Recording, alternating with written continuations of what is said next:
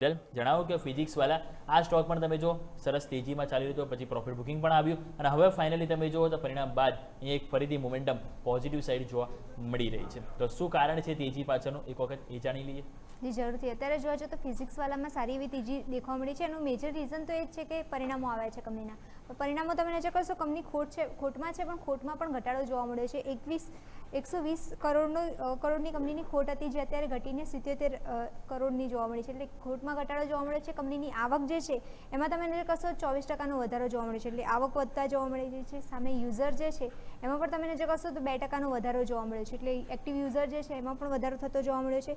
સાથે કંપનીને મેજરલી અત્યારે ખોટ જે છે એની પાછળનું રીઝન એ છે કે ઓનલાઈન નીટ જે એનરોલમેન્ટ જે છે એ 19% ઘટ્યું છે. એટલે હજુ પણ કંપની ખોટમાં દેખવા મળી રહી છે. પણ ઇન ફ્યુચરમાં સારું મોમેન્ટમ ત્યાં જોવા મળી શકે છે એવું મેનેજમેન્ટનું માનવું છે.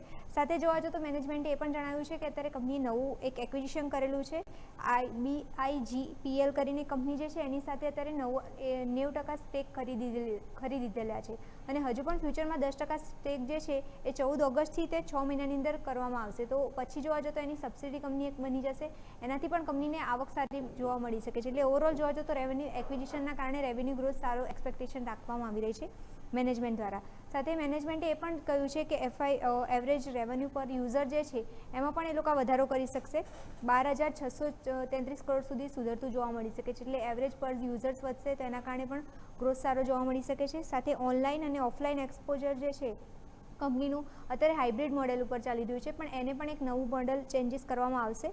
સ્કેલેબલ એજ્યુકેશન મોડેલ જે છે એક કંપની ફોલો કરશે ઇન ફ્યુચરમાં, જેના કારણે કંપનીને ફાયદો થતો જોવા મળી શકે છે. એટલે ઓવરઓલ જોઈએ તો પરિણામો પોઝિટિવ છે, મેનેજમેન્ટ પણ પોઝિટિવ છે ગ્રોથ માટે.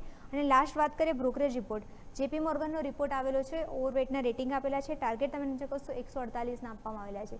એટલે ટાર્ગેટમાં પણ અહીંયા વધારો કરવામાં આવેલો છે. એટલે ઓવરઓલ જોવા જઈએ તો બ્રોકરેજ રિપોર્ટ પોઝિટિવ દેખવા મળી રહ્યો છે, પરિણામો પોઝિટિવ છે અને મેનેજમેન્ટ પણ અહીંયાથી લાંબા ગાળા માટે આઉટલુક પોઝિટિવ જ વ્યક્ત કરી રહ્યા છે. એટલે આજે સ્ટોકમાં સારી તેજી જોવા મળી રહી છે. ઓકે, તો આ બધા કારણ છે કે જેના કારણે એક મોમેન્ટમ પોઝિટિવ જોવા મળી રહ્યું છે. મિરલ, ખૂબ ખૂબ આભાર આપનો માહિતી બદલ.